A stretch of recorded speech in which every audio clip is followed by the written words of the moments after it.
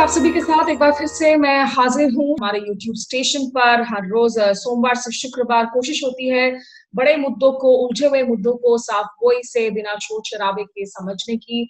आज बात एक बार फिर से करेंगे हम LAC की, यानी कि वास्तविक नियंत्रण रेखा पर जो हालात बने हुए हैं उन्हीं पर हम बातचीत करेंगे कि अब वहाँ क्या डेवलपमेंट्स हैं, आगे हम किन चीजों की वहां पर उम्मीद कर सकते हैं। और आज इस चर्चा में बात करने के लिए मेरे साथ जुड़े हैं retired major general DK Mehta. ये 20 डिवीजन के कमांडर रह चुके हैं, जो ईस्टर्न सेक्टर में आता है, भूटान डोकलम के करीब वाले एरियाज हैं। ये फिलहाल USI में चाइना पर जो है स्टडीज वगैरह भी कर रहे हैं। सर, बहुत स्वागत है आपका इस चर्चा में हमारे साथ जुड़ने के लिए। Thank you. अगर मैं आपसे शुरुआत कर सकूं और सबसे पहले पूछ सकूं कि जो अभी तक आपने रिपोर्ट्स देखी हैं, पिछले एक हफ्ते में डिसएंगेजमेंट की बात की गई, खास करके पेट्रोल पॉइंट 14 में, जिसे हम वाई नाला कहते हैं गालवान में, 15 जो south east of Galwan valley है, और साथ ही आपके गोगरा में पेट्रोल पॉइंट 17 में। क्या किस हद तक जो है ये आपको पॉजिटिव रिपोर्ट्स नजर आ रहे हैं इन टर्म्स ऑफ डेवलपमेंट्स? देखिए, जो मीटिंग्स हुई है मिलिट्री कमांडर्स के बीच में, GOC 14 कोर और जो चाइनीज के कमांडर थे मेरे जो इस एरिया की देखभाल कर रहे हैं, ये काफी दिनों से मीटिंग चल रही थी और अभी इन्हें डिसाइड किया है कि हाल ही में कई कई ऐसी वारदात हुई हैं जहाँ पे चाइनीज ट्रूप्स और इंडियन ट्रूप्स के आपस में झड़प हुई। अभी आप देखिए, जो 15 जून को हुआ है 16 बिहार के CO साहब और गलवान में जो हुआ है, उससे एक्चुअली बहुत नुकसान हुआ दोनों साइड का। उसको बचाने के लिए अभी उन्होंने डिसाइड किया है कि एक बफर जोन या डिसएंगेजमेंट जोन बनाया जाए, ताकि ट्रुप्स जो हैं दोनों साइड के एक दूसरे के साथ फिर ऐसे वारदात ना हो जैसे मार पिटाई हुई है पिछली दफा। तो अभी ये गलवान में तो बोलते हैं तकरीबन 2 किलोमीटर पीछे गए हैं, और पगोंगसो में भी कुछ हल्का, नॉर्थ पगोंगसो में कुछ पीछे हरकत हुई है, कुछ डी इंडक्शन सी हुई है। अब ये देखना पड़ेगा कि कहाँ तक हुई है। अभी ये स्टेज फेज 1 है, अभी फेज 2 फेज 3 भी होना है, वो आगे देखते कैसे चलता। मयंक सिंह हमारे साथ जुड़ चुके हैं, वरिष्ठ पत्रकार हैं द न्यू इंडियन एक्सप्रेस के साथ में। मयंक, इस वक्त अपडेट्स क्या आ रही हैं? जो कोर कमांडर सैन्य लेवल की जो बातचीत होनी है, लास्ट वीक भी वो हुई है, 3 राउंड्स अब तक हो चुके हैं, जून 6 को और साथ ही साथ जून 30 को जो हुआ है। क्या इस हफ्ते जो टॉक्स होने वाले हैं उसकी डेट अब तय हो गई है, और उसकी सबसे अहम बिंदु क्या होंगे उस बातचीत के? बिल्कुल सही। और कोइंसिडेंस की बात है कि अभी अभी 2 मिनट पहले ही वो स्पेस, टाइम और डेट दोनों ही डिसाइड हो गया है। मतलब डे मीटिंग कल कोर कमांडर जहाँ की लेफ्टिनेंट जनरल हरिंदर सिंह और मेजर लिन लियू, जो कि साउथ सिंचियांग के मिलिट्री कमांडर हैं, डिस्ट्रिक्ट मिलिट्री कमांड के हेड कर रहे हैं, कोर कमांड करते हैं वो, उनकी कल मीटिंग है और चुशूल में होगी ये। और जो मुख्य बिंदु अगर आप देखें तो हालांकि पुख्ता तौर पर ये बताया जा चुका है कि हॉट स्प्रिंग सेक्टर, गलवान, यहाँ के इलाकों से डिसएंगेजमेंट, जो कि दोनों सेनाओं का जो सामने लगी हुई आई बॉल जो सेनाएं थी, वो पीछे हटा दी जा चुकी है, लगभग 1.5 किलोमीटर से 2 किलोमीटर, जो कि पहाड़ियों में बहुत बहुत बड़ा डिस्टेंस होता है। और जो एक चीज आई कि जो फिंगर 4 है, जो कि पैंगोंगसो, जहां से पूरे इस माहौल के स्टैंड ऑफ सिचुएशन की शुरुआत हुई थी, वहां से जो स्पेसिफिक लोकेशन है फिंगर 4 की, वहां से तो हट गए हैं। चाहे वो भारतीय सैनिक हो चाहे वो चीनी सैनिक, दोनों ही पिछड़ गए हैं वो। लेकिन जो रिजेस हैं, क्योंकि वो फिंगर्स इलाके हैं और माउंटेन स्पर्स हैं अलग अलग इलाकों में, वो फिंगर ने भी पुख्ता तौर पर ये नहीं कहा कि सैनिक हटे हैं। तो हम ये मान सकते हैं कि अभी फिलहाल जो उनके स्पर एरियाज हैं वहां बने हुए हैं। अगली चीज है दिप्सांग। दिप्सांग पर भी किसी ने भी अभी कुछ भी बात नहीं की है। तो आप ये जान सकते हैं कि जो अहम बिंदु होंगे, 2 ही वो मुद्दे होंगे, वो होगा दिप्सांग और फिंगर 4 का टोटल डिसएंगेजमेंट, मतलब जो है वो स्पर को लेकर भी। क्या यही वजह है कि अभी भी एक भ्रम की स्थिति बनी हुई है मयंक? क्योंकि अगर हम कर्नल अजय शुक्ला को देखें, और उनकी बातों को गंभीरता से लेना जरूरी होगा, क्योंकि शुरुआत से जब वो इंकर्शन की रिपोर्टिंग कर रहे थे काफी लोग डिनायल में थे। अभी भी कर्नल अजय शुक्ला आर्ग्यू कर रहे हैं कि चाइना ने शुरुआती रूप में जो इन्ग्रेशन किया वो काफी किलोमीटर्स का था और इस वक्त जो लोग जो पीछे हटे हैं तो एक तरीके से गालवान में 1 किलोमीटर उन्होंने गेन किया है, हॉट स्प्रिंग में उनके अनुसार 3 किलोमीटर तक जो है चाइनीज पीएलए ट्रूप्स को एडवांटेज मिला है और पैंगोंग सो में लगभग 10 किलोमीटर तक। कर्नल अजय शुक्ला की इन आर्ग्यूमेंट्स को लेकर इस वक्त डिफेंस मंत्रालय में साउथ ब्लॉक में क्या चर्चाएं चल रही? देखिए, एक चीज तो है कि ओवर एंड आउट जब पहला रिस्पांस आ रहा है वो है डिनायल का, कि जो भी वो बात कर रहे हैं इस तरह से कि वो जो भारतीय जमीन है, जो भी जिसपे एलएसी, जिसपे हम क्लेम लाइन जिसको कहते हैं, कि उन क्लेम लाइंस पे जो जद्दोजहद चल रही है कि चीन कहता है कि नहीं, 15 नवंबर और 1959 की क्लेम लाइन को ही हम अपना मानेंगे, शाओ एनलाई ने जो प्रपोज किया था, या फिर 1962 वॉर में जहां तक वो एंटर हुए थे उसको, इसको लेके जद्दोजहद बनी हुई है। एक चीज तो 93 एग्रीमेंट के बाद चीज हुआ और जिसपे कर्नल अजय शुक्ला का साफ हुआ है कि हमने मान रखा था और दोनों ही सेनाओं के बीच में एक अंडरस्टैंडिंग हो गई थी कि फला स्थितियां तक या फला लोकेशंस तक दोनों ही आर्मी आती थी और वो अपने अपने जो भी क्लेम है उनको वहां पे रखती थी सामने और वो वापस चली जाती थी। तो पॉइंट यहाँ अभी जो अजय शुक्ला जी का पॉइंट है करंटली कि गलवान में जो है वो स्पेसिफिकली जितना बोला गया है या जो भी बोला गया है वो वापस गए तो, पर तुरंत वापस आ गए वो, मतलब जो भी हुआ जस का तस वो स्थिति बन गई है। लेकिन जो इस पे आपने पॉइंट आउट किया वो शुरू से, अगर मान लीजिए आप किसी पॉइंट को रिफ्यूट करते हैं तो आप अपने अपने पॉइंट ऑफ व्यू को रखते हैं, फैक्ट्स को सामने रखते हैं, ताकि दोनों ही कंपैरिजन हो जाए दोनों चीजों का। ये शायद इस पे कहीं ना कहीं जो ऑफिशियल जो सोर्सेज हैं वो उस पे कहीं ना कहीं वो कमी रह जा रही है। तो ये लगातार मतलब 9 मई या 10 मई को जो स्टोरियां हम लोगों ने ब्रेक की थी, जो निकाली थी, उसके बाद से ही ये इंफॉर्मेशन को लेकर के जो चीजें बाहर सामने आ रही है उसमें बहुत मेजर कंफ्यूजन बना हुआ है। तो हम सॉरी, ये मेरा सोच विचार है कि जो लाइन ऑफ एक्चुअल कंट्रोल है, चाइना जो है इसकी सैंक्टिटी नहीं मानता। हमारी एक लाइन ऑफ कंट्रोल है, उनकी अलग एक लाइन ऑफ कंट्रोल है। हम कहते हैं कि आप नॉर्थ पोगोंगसो में जाइए, हम कहते हैं लाइन ऑफ कंट्रोल फिंगर 8 तक है, वो कहते हैं लाइन ऑफ कंट्रोल फिंगर 4 तक है। तो आपस में तालमेल नहीं है और वो जान के नहीं। अभी आप देखिए, बॉर्डर डिस्प्यूट्स हैं 14 कंट्रियों के अगेंस्ट 12 कंट्रियों के साथ चाइना ने अपने बॉर्डर डिस्प्यूट सॉर्ट आउट कर दिए। हिंदुस्तान के साथ नहीं करे। 22 मीटिंग हो चुकी हैं, पर अभी तक कोई बॉर्डर डिस्प्यूट नहीं है। बॉर्डर जो है अभी तक डिमार्केट नहीं किया।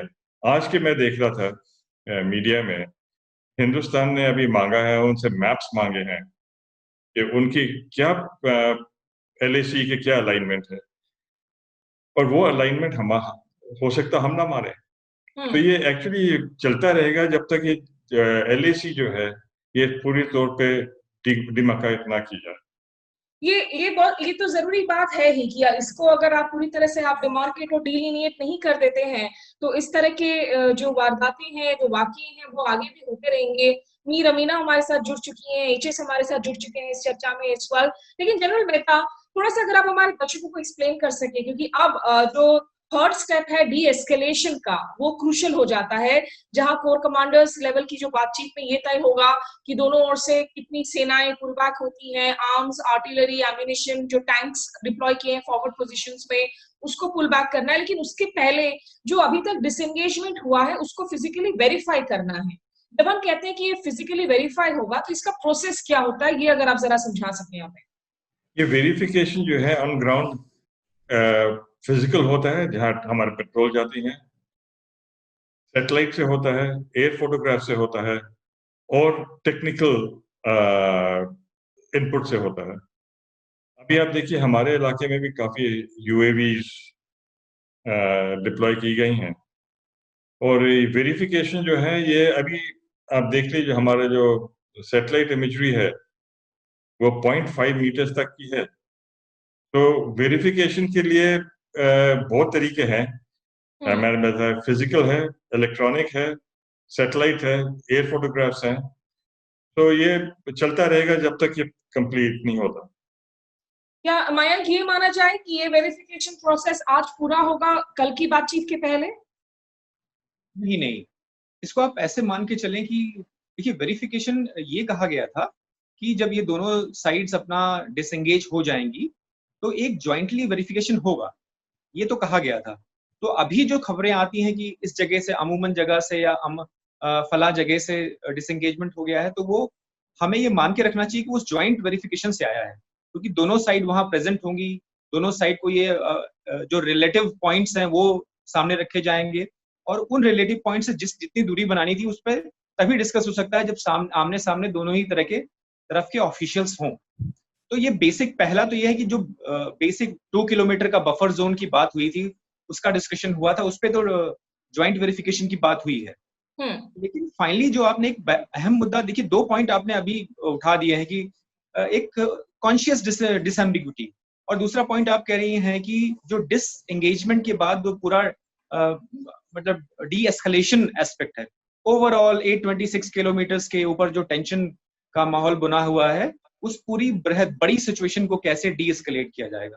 तो फाइनली तो होना यही है कि अगर इंडिया ने शुरू से स्टेटस को एंटे, जो पूर्वा स्थिति थी और वो भी 5 मई की स्थिति, पहले की स्थिति थी, उस पे अगर भारत का क्लेम बन रहा है, तो जिन जिन इलाकों से आए हैं, न सिर्फ वो पीछे जाएंगे बफर जोन के, बल्कि वो उस चीज से बाहर जाएंगे। जैसे मान लीजिए अलग अलग इलाकों में मार्कआउट होगा और इन्हीं सब गहन मुद्दों पर जो डिस्कशंस हैं वो आगे बढ़ेंगे। अब तभी हमारे कोर कमांडर्स, जो कि पिछले जब से ये 62 वॉर के बाद, जब से ये बॉर्डर लाइन इश्यूज और इन सब जो LAC को लेकर के, मकोहन लाइन को जो लेकर के इश्यूज खड़े हुए हैं, पहली बार हम कोर कमांडर्स को एंगेज कर रहे हैं टॉक्स में, वो भी बॉर्डर लेवल टॉक्स में। Otherwise major general level was the highest level. Right. ये डी एस्केलेशन फैक्टर जो है ये एक्चुअली मल्टी डायमेंशनल है। मिलिट्री लीडर्स आपस में बात कर रहे हैं, फॉरेन मिनिस्ट्री उनके फॉरेन मिनिस्ट्री से बात कर रही है, हमारे नेशनल सिक्योरिटी एडवाइजर उनके फॉरेन मिनिस्टर से बात कर रहे हैं। तो ये डी एस्केलेशन और जो पुल बैक होगा ये मल्टी डायमेंशनल है, खाली फौज नहीं कर सकती, क्योंकि परसेप्शन ऑफ LAC जो है वो उनकी अलग है, हमारी अलग है। जब तक एक मीटिंग ग्राउंड नहीं होगा तब तक ये पूरे तौर पे नहीं होगा, तो इसको मल्टी डायमेंशनल बातचीत होगी। एक जो अहम मुद्दा है पूरे इस बातचीत का, जो हमें समझना है और जिसपे चीन जो है पूरी तरह से, जिसने जो गलत साबित होता है, वो है यूनिलैटरल जो चेंजेस हैं।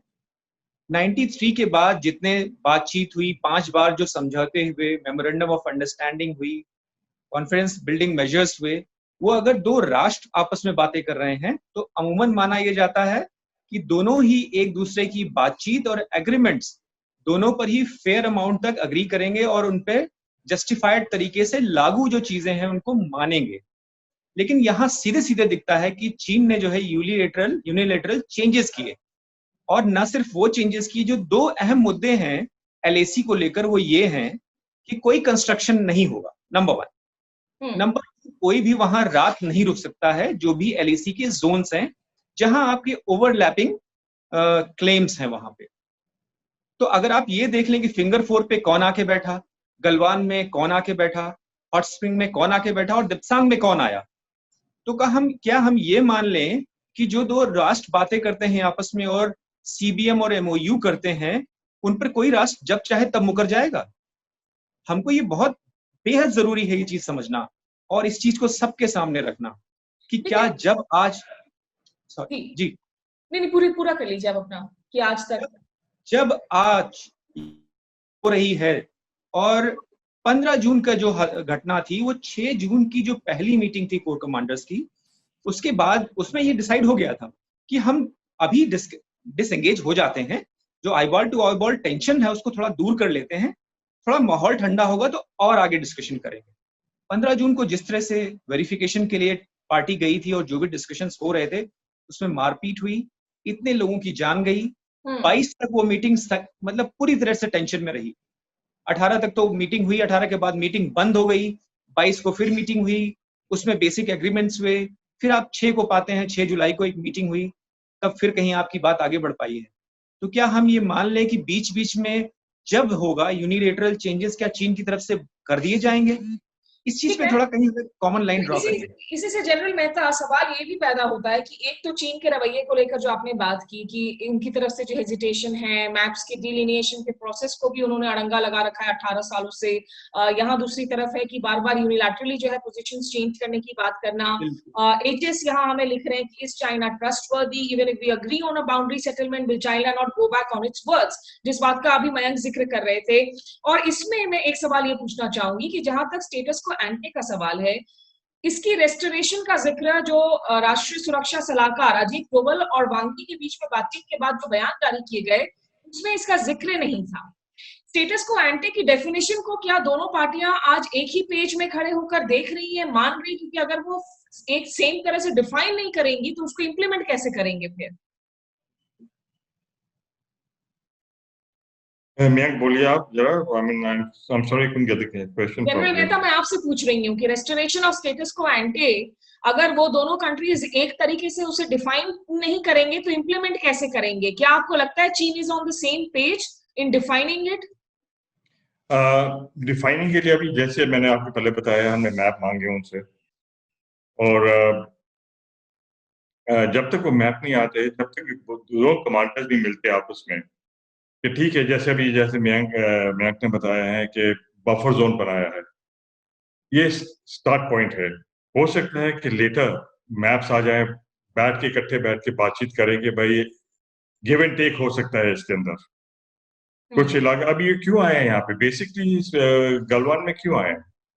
बेसिकली आए हैं इस रोड को डोमिनेट करने के लिए जो श्योक से डीबीओ को जा रही है। तो जब तक ये पुल बैक नहीं करेंगे, ये अभी जो फिलहाल जो जितने भी ट्रुप्स हैं, पहले जो लगते थे वो बॉर्डर डिफेंस फोर्स है, जैसे हमारी बीएसएफ है, इनकी बॉर्डर डिफेंस फोर्स है जो बॉर्डर के ऊपर लगती है। पर अभी इन्हें जो गलवान में क्या किया है कि जो डेप्थ एरिया से जो उनके एक्चुअल रेगुलर ट्रुप्स आए हैं उनको लगाया गया है। पहली बात तो ये रेगुलर ट्रुप्स को पीछे जाना चाहिए।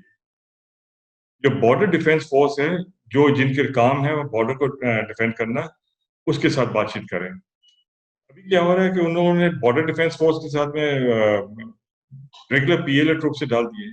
वो गलत बात है, उनको रेगुलर ट्रुप्स को पीछे करें, उसके बाद में बातचीत हो सकती है। लेकिन अगर स्टेटस को एंटे अगर रिस्टोर करना है तो भाई फिंगर 4 से फिंगर 8 के बीच में जो रिपोर्टेडली मिलिट्री इंफ्रास्ट्रक्चर बनाया है चीनी पीएलए ने, उसे भी हटाना होगा। जो पेट्रोलिंग पॉइंट्स पहले दोनों साइड्स के लिए अवेलेबल थी, वापस से उस सिचुएशन को रिस्टोर करना होगा। तो सर, आपको लगता है कि उसके लिए अगर चीन ने एक सुनियोजित तरीके से एक कोऑर्डिनेटेड एफर्ट के तहत इंक्लूजन किया है, will they agree to go back to that old position? अभी अब देखिए, पीछे एक रिपोर्ट आ रही थी जो कार्टोग्राफिक आया है, श्रीजाप जहां पे उनका एक्चुअली बेस है, वो बोलते हैं कि ये फिंगर 4 के ईस्ट में है, सॉरी फिंगर 4 के वेस्ट में है। तो ये सब ड्रामाबाजी चल रही है। जो जैसे हम समझते हैं, जैसे श्रीजाप जो है नॉर्थ पेगोंगसो में, वो एलएसी के ईस्ट में है। अभी वो कहते हैं, कार्टोग्राफी कहता है कि वो श्रीजाप एलएसी के वेस्ट में है। तो जब तक इकट्ठे बैठ के मैप एक्सचेंज नहीं करेंगे, मैप के साथ नहीं बात करेंगे और गांव पे नहीं जाएंगे, ये चलता रहेगा वैसे। मयंक, आप गए थे वहां पे, आप रह के आए हैं, क्या परसेप्शन है 14 करोड़ का? श्रीजप कहाँ पे आता है? सॉरी, आई कुड नॉट, मैं सुन नहीं पाया आपको। श्रीजप जहाँ पे उनका नॉर्थ पेंगोंगसो में, right sir, right hand side पे जो ऊपर जो है, जहाँ पे उनका पेट्रोल बेस है, जहाँ पे उनकी बोट्स रहती है, हमारे सोच विचार में श्रीजप जो है एलएसी फिंगर 8 जो है उसके ईस्ट में है। Right sir. कार्टोग्राफी कहता है, चाइना ने अभी बोला है कि श्रीजप एलएसी के वेस्ट में है। तो उनने पूरा डायमेंशन ही बदली कर दिया वहां। सही कहा आपने। कुछ भी क्लेम कर रहे हैं, कहीं भी क्लेम कर रहे हैं वो। नीतीश कुमार, फास्ता किनान, विकास कुमार, आप लोग भी हमारे साथ इस ब्रॉडकास्ट में जुड़े हैं, आपका शुक्रिया और स्वागत भी करती हूँ मैं इस चर्चा में। मैं ये बताएं कि इस वक्त जो अब टेंशन्स हैं, चिंताएं हैं इस वक्त जो सबसे ज्यादा जाहिर की जा रही, क्योंकि ट्रस्ट फैक्टर जब आपकी टेम्पर्स इतनी वॉलेटाइल होती हैं, ट्रस्ट इतना कम होता है दोनों ग्रुप्स के बीच में, और अब जबकि फोकस पैंगोंग सो और डेप्सांग में खास करके शिफ्ट किया जा रहा है, इस वक्त सबसे बड़ी जो चिंताएं हैं वो क्या है इंडियन आर्मी के लिए? देखिए, मेन चीज तो यही था कि जो आईबॉल टू आईबॉल जो डिप्लॉयमेंट है वो दूर हो और हर जगह से दूर हो, क्योंकि ये दोनों ही सेनाओं के लिए स्ट्रेसफुल है। लेकिन अगर ये सुनियोजित है और इसमें पूरी पूरी जो ऊपरी तौर से जो निर्णायक मंडल है चीन का, वो अगर लगा हुआ है, तो सेना का तो इसमें कोई बस ही नहीं है कि मतलब वो भारतीय सेना अगर चाहे भी और बातचीत हो, शांति की पहल हो, या भारत ये भी कह लेता है कि चलिए आप अगर रुके हुए हैं तो आप थोड़ा थोड़ा पीछे हो जाएं और हम आगे बातचीत आगे बढ़ाते रहेंगे, तो भी उसका कोई असर नहीं पड़ेगा। ये सबसे अहम है इसकी चीज को समझना कि क्या ऊपर से ड्राइव हो रहा है, और अगर ऊपर से ड्राइव हो रहा है तो सारी जो नीचे ये प्यादे हैं, जिनको हम चाहे सू शिलिंग को कह लें या लिन लियू को कह लें या फिर मतलब जो डिव कमांडर्स हैं उनको कह लें, हमारा कोई भी इस पे वो चीज नहीं चलेगा। लेकिन आपकी बात को लेकर के स्पेसिफिक अगर हम देप्सांग देख लेते हैं, देप्सांग इतना सेंसिटिव है हमारे लिए कि जो इलाका, जो वाई जंक्शन जिसका डिस्कशन चल रहा है फिलहाल, वाई जंक्शन एक ऐसा नैरो इलाका है जहां से पेट्रोल आगे जाती है और फैलती है पेट्रोल। मतलब वो एक ऐसा टेक्निकली चुन लिया उन्होंने कि अगर वो चाहें तो आपको ना दूर से देख पाएंगे, बल्कि वो आपको ब्लॉक कर लेते हैं। तो अगर यहाँ से जाकर के 5 पॉइंट्स पे आपको जाना है और उनके आपस के बीच के 5-5 किलोमीटर हैं, आप ऐसे मान लें आप, या वो अमूमन 10 से ज्यादा किलोमीटर है वो, तो करीब 60 से 70 किलोमीटर तो उन्होंने ऐसे नॉर्मल स्ट्रेट लाइन ब्लॉक कर दिया है। तो आपके लिए अगला सेंसिटिव पॉइंट, सबसे सेंसिटिव पॉइंट ये देप्सांग है। लेकिन इतना भी मतलब जो चीजें सेंसिटिविटी है, ऐसा नहीं कि भारतीय सेना का जो पुराने उनके जो रूट्स रहे हैं या जो मार्क किए हुए चीजें वो इतनी ज्यादा उसको दबा ले जाएंगे।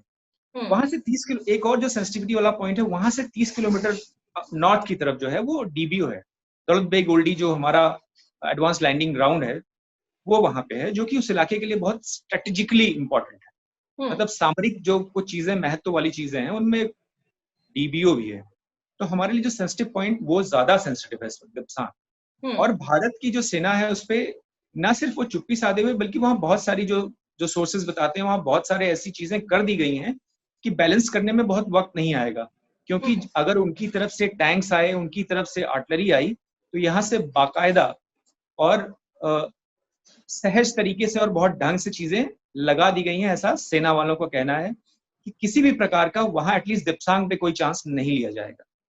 तो ये जनरल मेहता, अगर इसी को आप थोड़ा इलैबोरेट कर सके कि अभी इन एरियाज में जो प्रिपेयर्डनेस है, ठीक है, एक तरफ आप डी एस्केलेशन के लिए तमाम मिलिट्री राजनीतिक कोशिशें कर रहे हैं, आप बैक चैनल टॉक्स कर रहे हैं, लेकिन जो आर्मी की प्रिपेयर्डनेस है, क्योंकि शुक्रवार को डिफेंस मिनिस्टर राजनाथ सिंह ने जो कंसल्टेशंस किए जिसमें सीडीएस बिपिन रावत शामिल थे, 3 सर्विस चीफ शामिल थे, उसमें अरुणाचल और सिक्किम में भी जो है सिचुएशन क्या है उसकी भी रिव्यू की गई।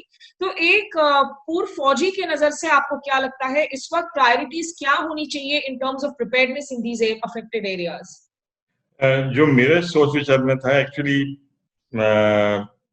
लद्दाख जो था बड़ा लो प्रायोरिटी में था, जहां तक मेरे सोच विचार।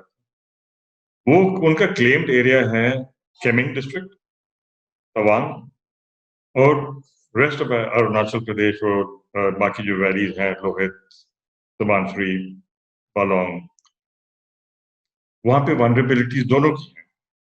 उनकी भी वनरेबिलिटीज है, हमारी भी वनरेबिलिटीज है। केमिंग डिस्ट्रिक्ट में वो नहीं आ सकते, ना सिक्किम में आ सकते। तो अभी ट्रुप्स अपनी अपनी जगह में हैं और ऐसा हमारा डिफेंसिव पॉस्चर है। तो आपको एक बता दूं, मैं डिफेंसिव पॉस्चर के अंदर, हिल्स के अंदर, माउंटेन्स के अंदर और हाई ऑल्टीट्यूड में कॉम्बैट पावर रेशियो जो है बहुत बढ़ जाती है अटैकर की। तो एक्चुअली ये हम लोग काफी सिक्योर हैं अगर ठीक डिफेंसिव पोजीशन पे बैठे हैं तो। For example, normally combat power ratio हम बात करते हैं 1:3। अगर एक डिफेंस में तो 3 टाइम्स द टाइप की अटैकर को। हाई एल्टीट्यूड में इट कुड बी 1:9, 1:12। तो एक्चुअली हमारे डिफेंसिव पॉस्चर बिल्कुल ठीक है। We shouldn't get unduly worried for that.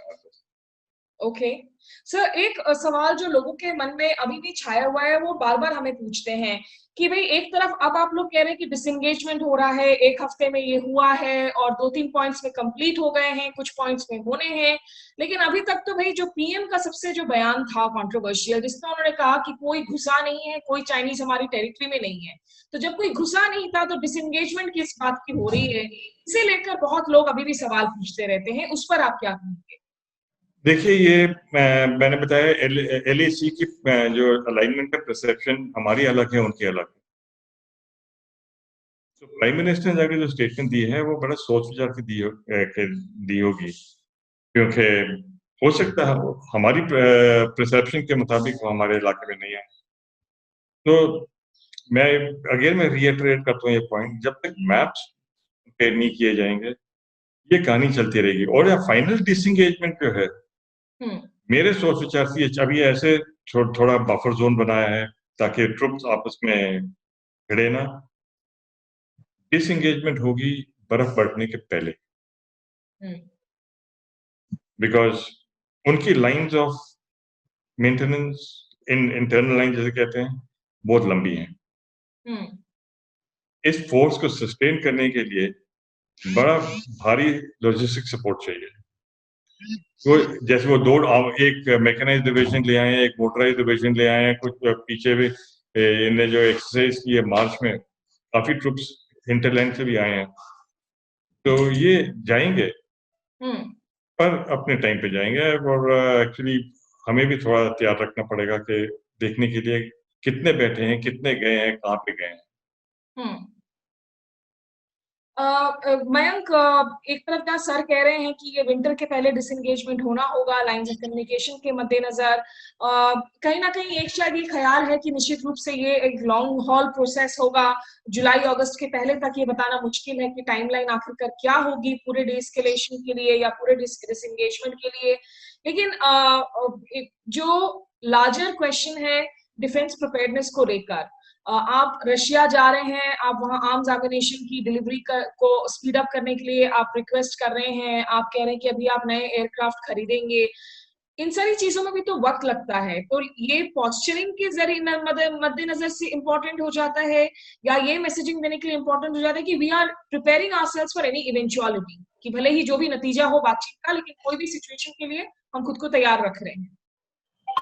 देखिए, एक ऐसी स्थिति आज चीन के को लेकर के बनी हुई है, आप उसमें कोरोना की स्थिति को भी जोड़ दें, जो वाइडर वर्ल्ड व्यू है इस वक्त, वो ऐसा देख रहे हैं और चीन को पूरे तरह से उनकी नजर में है कि इनकी हरकतें क्या होती हैं। कि मान लीजिए अगर वो डेथ ट्रैप कर रहे थे अफ्रीका में या ऑस्ट्रेलिया में, उन्होंने जिस तरह से पीपीई का अभी इन्वेस्टिगेशन चल रहा है कि वहां से जो चीनी लोग हैं उन्होंने वहां से सारा जो सामान था, पीपीई, पर्सनल प्रोटेक्शन इक्विपमेंट्स है, वो सब ट्रांसफर कर दिए थे मार्च से पहले ही चाइना में। या फिर मान लीजिए यूरोप में हुआवेई को लेकर के जो चल रहा है कि सिक्योरिटीज जो लिसनिंग पोस्ट हैं, या मान लीजिए बग्स हैं, या उन्हीं में ऐसे इक्विपमेंट और ऐसे एप्स और सॉफ्टवेयर लगाए जाएंगे जो आपके सिक्योरिटी को वो जो है ब्रीच करते हैं। तो इन सब चीजों को अगर आप देखें तो चीन के को लेकर के कॉशन बना हुआ है वर्ल्ड ओवर। और जो भारत के साथ अभी जो ये डिसएंगेजमेंट और एंगेजमेंट की स्थितियां चल रही हैं, ऐसा मान के चलिए आप कि सभी उसको ध्यान से देख रहे हैं कि यहाँ पे रिएक्शंस और एक्शंस क्या हो रही हैं। चीन का जो व्यवहारिक तरीका है, जो प्रैक्टिकली वो जमीन पर कर रहा है, क्या वो चीजें जो कर रहा है वो उससे क्या उन लोगों को संदेश मिलता है। भारत अगर ये कह रहा है कि मैं MiG-29 और लूंगा, कोई और लूंगा, हमें S-400 जल्दी से दे दिया जाए, या कामो जो है वो मैन्युफैक्चरिंग यहाँ से जल्दी हो, असॉल्ट राइफल्स आ जाएं, ये चीन के ऊपर भी मान के रखिए कि ये प्रेशर तो भारत के ऊपर भी प्रेशर पड़ा तो है कि जो उन्होंने अपने इक्विपमेंट्स की मॉडर्नाइजेशन और जो उनको चीजें प्रोक्योरमेंट थे वो चीजें उन्होंने रोक रखी थी, और शायद इसका प्रेशर यहाँ बिल्डअप हो रहा है, वो चीजें कर रहे हैं। लेकिन ऐसा नहीं है कि चीन को इसका ये प्रेशर है कि चीन आके बस लड़ ही लेगा, या भारत उसको अगर मान लीजिए चीन उससे लड़ ही लेता है तो भारत इतना सस्ते तरीके से उनको छोड़ देगा। जनरल मेहता ने आपको बताया कि जो हमारा ईस्टर्न सेक्टर है मिलिटरली, वहां पर चाहे वो सिक्किम हो चाहे अरुणाचल हो, पूरी तरह से हमने इतनी, और वो 62 के बाद से ही हो गया था, ये हमने अपनी चीजों को वहीं शायद ध्यान दिया ज्यादा। और लद्दाख पर उतना ध्यान नहीं दिया। और लगभग पिछले 5 सालों में जो चीजें हैं, जो नई रेजिंग है मिलिट्री का, जो कारगिल के बाद जो बाइफर्केशन हुआ, नई कोर फॉर्म हुई, 14 कोर, नए डिविजन्स रेज हुए वहां पे, वो सब चीजें तब जाके लद्दाख में आई। तो आप ये मान के चलिए कि अगर ये चीजें भारत चीन को आशंकित ना कर रही होती, ये पॉइंट समझिए इस चीज को आप, कि अगर ये जो डेवलपमेंट और growth, military development, infrastructure development, ये सब चीजें आशंकित ना कर रही होती, तो चीन अपनी इज्जत को लेकर के आपके सामने आज ना खड़ा हो गया होता। कि अगर कोरोना है, उसका भी उसी के ऊपर इल्जाम है कि जो वायरस है उन्होंने ही लैब में वो किया है। पूरी तरह से बात साफ नहीं है कि किसने क्या किया, और इन्वेस्टिगेशन चल रहे हैं। उन्हीं के ऊपर ये है कि वो सारी जो बाकी गवर्नमेंट्स हैं उसको ब्लैंक चेक डिप्लोमेसी से वो इन्फ्लुएंस करते हैं। उन्हीं के ऊपर डेट ट्रैप का है कि मान लीजिए मालदीव, श्रीलंका या बांग्लादेश या फिर म्यांमार ही वो बैलेंसिंग एक्ट कर रहे हैं, तो क्यों कर रहे हैं? भारत को लेकर के, अगर वो चीन को लेकर के बैलेंसिंग एक्ट कर रहे हैं तो क्यों कर रहे हैं? इसका मतलब साफ है कि उनके दिल में भी आशंका बनी रहती है कि अगर चीन आता है और अगर हमारे पास बैलेंसर नहीं है तो हम फंसते ही फंसते हैं। ठीक है, तो इसीलिए इंडिया के ऊपर जो है इस वक्त निश्चित रूप से बहुत क्लोजली फॉलो किया जा रहा है कि काउंटर बैलेंस सिचुएशन में जो है यहाँ पे इंडिया किस तरह से सामने प्रेजेंट होता है। कैलाश चंद्र पांडे ने भी चर्चा को के साथ जो है वो जुड़े हैं, आपका स्वागत है। लेकिन आखिरी सवाल जनरल मेहता आपसे मैं लेना चाहूंगी, ये तमाम सिचुएशन जिसका जिक्र किया मयंक ने, आज चीन पर दबाव तो है, गालवान में वायलेंस हो गया, उसके बाद उनकी जो स्टेट मीडिया है वो बहुत बेलिजरेंट है, ग्लोबल टाइम्स हो या चाइनीज स्टेट मीडिया हो, वो लोग लगातार इस पर जो है भड़काऊ बयान जरूर दे रहे हैं। लेकिन अगर चीन के लाजर आप बयानों को देखें, उनके एम्बेसडर के हाल के वीडियो मैसेज को देखें, क्या आपको लग रहा है कि एक कंसीलिएटरी टोन अब स्ट्राइक करने की कोशिश की जा रही है? क्या चाइना की तरफ से भी कोशिश किया जा रहा है कि वो लोग जो है थोड़ा सा डायल डाउन करें टेंशंस को? हाँ, आपने बिल्कुल ठीक बोला है। अभी जो इंडिकेशंस मिल रहे हैं उनको ये सहज नहीं था, ये आइडिया नहीं था कि इंडिया जो है इतनी वायलेंटली रिएक्ट करेगी जो उन्होंने लद्दाख में किया। उनको इतनी उम्मीद नहीं थी, पर हमारा जो रिएक्शन था वो बिल्कुल ठीक था। और अभी आप देखिए जो एम्बेसडर हैं चाइना के, वो भी कह रहे हैं लेट्स मीट हाफवे थ्रू। इसका एक मीनिंग हाफवे थ्रू का क्या मतलब है? या तो आप एक्सेप्ट कीजिए जो लाइन ऑफ एक्चुअल कंट्रोल है जो हमने पहले को ही डिसाइड की हुई है। हाफ वे थ्रू का मतलब है कि भाई आपकी भी हाफ ले लें, हम अपनी भी हाफ ले लें। तो ये देयर इज अ चेंज। अभी इकोनॉमिकली जो प्राइम मिनिस्टर ने किया है कि एफडीआई नहीं आएगी और इंडस्ट्री को बढ़ाया जाएगा, और डिप्लोमेटिकली इंटरनेशनली भी बहुत सारी कंट्रीज जो हमारे साथ में हैं, तो एक्चुअली चाइना अभी ट्रबल में है। अब यार देखिए जो साउथ चाइना सी में 2 एयरक्राफ्ट कैरियर ग्रुप जो घूम गए हैं, जो उनके काउंसलर और जो फॉरेन मिनिस्टर हैं, उनका टोटल बदली हो गया है टूवर्ड्स यूएस। और पॉलिसी कहते हैं हमारी कोई चेंज इन पॉलिसी नहीं है, हम चाहते हैं कि इन पीस रहें, इन डेवलपमेंट करें, जो एक्चुअली ऑन ग्राउंड नहीं हो रहा है। अभी आप देखिए, अभी ये इंटरनेशनली भी वो अंडर प्रेशर में है, क्योंकि अभी क्वाड भी बन रहा है, क्वाड भी बढ़ता जा रहा है। अभी तो क्वाड में खाली जापान, यूएस और इंडिया था, अभी इनविटेशन दिया जा रहा है ऑस्ट्रेलिया को भी। नहीं, क्वाड में तो ये थे ही, मालाबार के लिए आप कह रहे हैं कि वापस से ऑस्ट्रेलिया को इनविटेशन दिया जा रहा है। करेक्ट, हो सकता है वियतनाम भी इसमें आ जाए। तो अभी चाइना भी, अब देखिए जो कैरियर ग्रुप है साउथ चाइना सी के थ्रू उन्हें एक्सरसाइज की। अभी जो एयरक्राफ्ट उनके घूम रहे हैं अमेरिकन के, वो भी साउथ चाइना सी के ऊपर से निकल रहे हैं। तो अभी इकोनॉमिकली भी उनका जीडीपी काफी गिर गया है। एक रिपोर्ट कहती है कि there is a drop of nearly 300%। अभी कहाँ तक सच है, nothing will come out of it, but उनकी जीडीपी भी बहुत गिर गई है। और वो भी समझते हैं कि अभी इंटरनेशनल जो हो रहा था वुहान में चेक करने के लिए, पेंडेमिक कहाँ से शुरू हुआ है आगे, अभी कितनी एविडेंस है वहां पे कुछ कह नहीं सकते। सर, उनके लिए भी जो है मल्टीप्रॉन्ग चैलेंजेस हैं, ऐसे में निश्चित रूप से उन्हें भी कैलकुलेट करना होगा कि अगर उनकी सबसे बड़ी आज की तारीख में चीन के लिए जो प्रॉब्लम है, जो सबसे प्रायोरिटी है बायलैटरल रिलेशनशिप्स में, वो है अमेरिका के साथ उनकी जो जारी इस वक्त तल्खियां हैं, ट्रेड संबंध है, उसमें इंडिया को एक लीवरेजिंग पॉइंट के तौर पर, एक नीडलिंग इश्यू के तौर पर उसको बनाए रखे, लेकिन किस हद तक और एस्केलेट करे, इस पर कैलकुलेशंस चल रही है। आखिरी कमेंट मयंक आपसे, क्योंकि मीना बार बार पूछ रही है कि ये जो डिजिटल बैंक वगैरह किए हैं, मोबाइल एप्लीकेशन बैंक किए हैं, इसको किस हद तक आप पर्सनली सक्सेसफुल मानते हैं या एक इम्पोर्टेंट पॉस्चरिंग सिग्नलिंग के तौर पर देखते हैं? भारत को एक ऐसा देश माना जाता है जो अमूमन सभी चीजों को रिकंसाइल करके चलता है। तो आप अगर कभी भी देखें, वो तो भारत इतने जोर और जबरदस्ती और इतना ऑन द फेस डिसीजंस नहीं लेता है। अमूमन ऐसा हिस्टोरिकली रहा है। अगर आप चीजें अक्रॉस द बॉर्डर जो रेड्स हैं, सबसे बड़ा एग्जांपल दे रहा हूँ, एक्चुअली वो मेन है, अक्रॉस द बॉर्डर रेड्स जो है पाकिस्तान के साथ होती रही हैं, लेकिन सोचिए हम इतने साल बाद वो एक्सेप्टेंस हुआ कि हाँ हमने एक भाई 5 पॉइंट 6 पॉइंट एंगेज की और सर्जिकल स्ट्राइक की। ये बहुत बड़ा ऑन द फेस आने के लिए आपको तो जो 89 एप्स की बात है ना, वो एक्चुअली वो बड़ा मैसेज है कि आप जो जिस चीज को आप ध्यान दे रहे हैं आप चीन को, मतलब ये मैसेज है वो हमारे यहाँ अगर निर्णय लेने की जरूरत है तो हम अपफ्रंट रेलवे के टेंडर सुन के, अभी तुरंत बोला गया कि नहीं रेलवे के टेंडर को कैंसिल करो। रोड्स में जो उनको जहां उनकी भागीदारी थी या होनी थी उनको रोक रखा है अभी। और 89 एप्स तो सिर्फ एक मैसेज है कि देखिए ये एक खबर बने। लार्जर मैसेज चीन को ये है कि आप अपनी चीज को सुधारें, हमसे जो उम्मीद रखते हैं हम वो करेंगे, नहीं तो कड़े निर्णय भी लिए जाएंगे। ठीक है, चलिए अभी मेरे एक पॉइंट है अभी फॉर द फ्यूचर। ब्रीफली ये चाइना जो है, आप देखिए 1999 में जब अपने George Fernandes of defence minister थे, उन्होंने कहा था major adversary is China. In spite of that defence budget हर टाइम गिरता ही रहा है।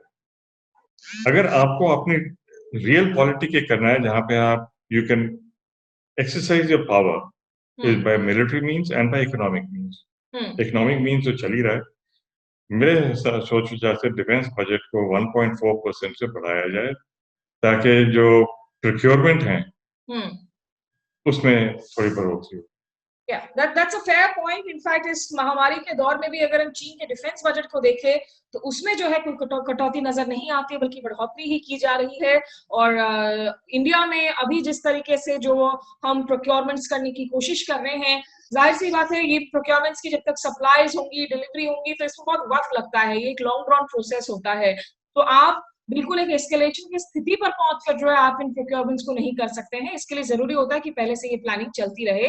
फिलहाल बहुत बहुत शुक्रिया जनरल मेहता आपका और मयंक सिंह आपका हमारे साथ होने के लिए, अपने पर्सपेक्टिव शेयर करने के लिए। और हमारे जो दर्शक इस वक्त हमारे साथ जुड़े, साथ ही सत्य हिंदी पोर्टल के जो हमारे तमाम दर्शक हैं, आप सभी का मैं धन्यवाद करना चाहूंगी। आज के लिए मेरे साथ बस इतना ही। नमस्कार। सत्य हिंदी के और वीडियोस को देखने के लिए हमारे YouTube चैनल को सब्सक्राइब करें और सीधे नोटिफिकेशन पाने के लिए बेल आइकन दबाएं।